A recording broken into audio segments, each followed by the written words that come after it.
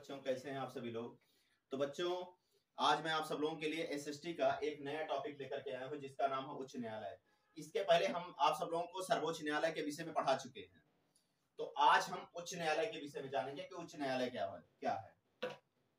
तो उच्च न्यायालय, सर्वोच्च न्यायालय पूरे भारत में एक है। उसके बाद उच्च न्यायालय हर प्रदेश में होता है उच्च न्यायालय। उसके बाद अधीनस्थ न्यायालय होता है जो जिले स्तर का होता है। उसके बाद होता है मुंसिफ न्यायालय होता है और उसके बाद होता है ग्राम पंचायत। मतलब सबसे पहले मैंने एक डाटा बताया था आप सब लोगों को कि पूरे देश में केवल एक सर्वोच्च न्यायालय यानी सुप्रीम कोर्ट एक है। उसके बाद उच्च न्यायालय यानी हाई कोर्ट है। उसके बाद हर जिले में एक अधीनस्थ न्यायालय होता है, जिला मुख्यालय पर होता है। उसके बाद क्या होता है, मुंसिफ न्यायालय होता है यानी जैसे तहसील टाइप होता है। उसके बाद क्या होता है, ग्राम पंचायत हर ग्राम में। तो इस प्रकार से मैंने बताया था। तो आज हम उच्च न्यायालय के विषय में जानेंगे।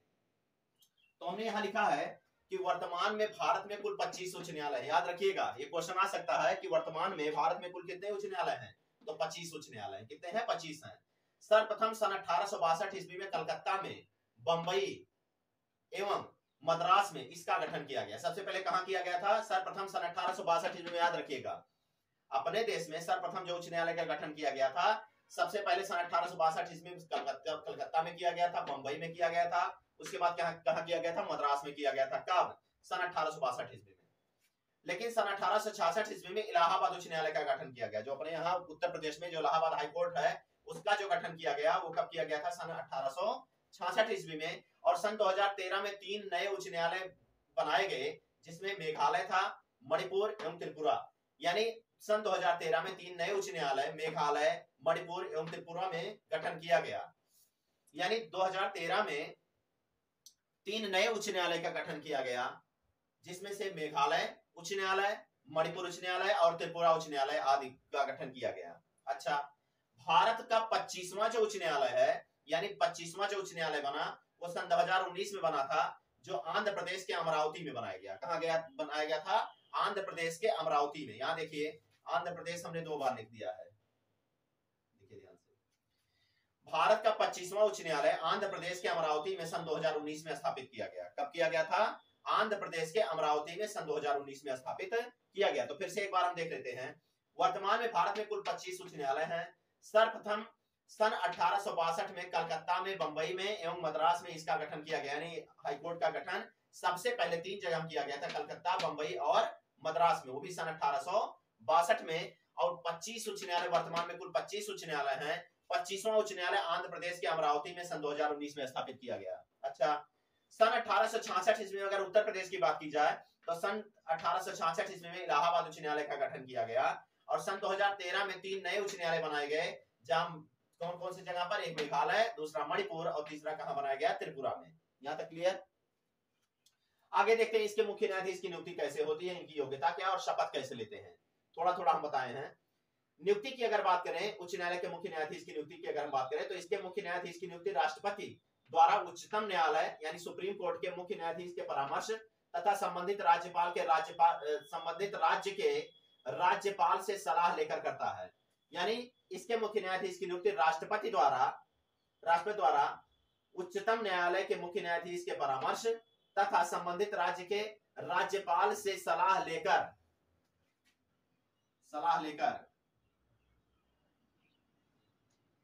राष्ट्रपति करता है। ध्यान से समझिए। अगर हम उच्च न्यायालय के मुख्य न्यायाधीश की अगर हम बात करें तो इसके मुख्य न्यायाधीश की नियुक्ति राष्ट्रपति द्वारा उच्चतम न्यायालय यानी सुप्रीम कोर्ट के मुख्य न्यायाधीश के परामर्श यानी सलाह पर तथा संबंधित राज्य यानी जिस राज्य का हाई कोर्ट होगा उस राज्य के राज्यपाल से सलाह लेकर राष्ट्रपति करता है। कौन करता है, राष्ट्रपति करता है। अगर योग्यता की बात करें तो पहली योग्यता तो वह भारत का नागरिक हो, कम से कम 10 वर्ष तक न्यायिक पद पर कार्य कर चुका हो अथवा कम से कम 10 वर्ष तक अधिवक्ता का कार्य कर चुका हो, अधिवक्ता के पद पर कार्य कर चुका हो। अगर हम शपथ की बात करें तो यह जो शपथ लेता है उच्च न्यायालय के मुख्य न्यायाधीश जो शपथ लेते हैं उनको शपथ कौन दिलाता है, राज्यपाल दिलाते हैं। यानी संबंधित राज्य के राज्यपाल क्या करते हैं, उच्च न्यायालय के मुख्य न्यायाधीश को क्या दिलाते हैं, शपथ दिलाते हैं। यानी उच्च न्यायालय के मुख्य न्यायाधीश को शपथ राज्यपाल दिलाते हैं। कौन दिलाता है, राज्यपाल। फिर से एक बार और देख लेते हैं। वर्तमान में कुल 25 उच्च न्यायालय हैं पूरे भारत में अपने। सन 1862 ईस्वी में 3 जगह उच्च न्यायालय बनाए गए, कलकत्ता में, बंबई में और मद्रास में। लेकिन सन 1866 ईस्वी में अपने उत्तर प्रदेश के इलाहाबाद उच्च न्यायालय का गठन किया गया। सन 1866 ईस्वी में सन 2013 में 3 नए उच्च न्यायालय बनाए गए, मेघालय, मणिपुर और त्रिपुरा में। कहां बनाए गए? मेघालय, मणिपुर और त्रिपुरा में। किस सन में? सन 2013 में। और भारत का जो अंतिम और 25वां उच्च न्यायालय है वो आंध्र प्रदेश के अमरावती में सन 2019 में स्थापित किया गया।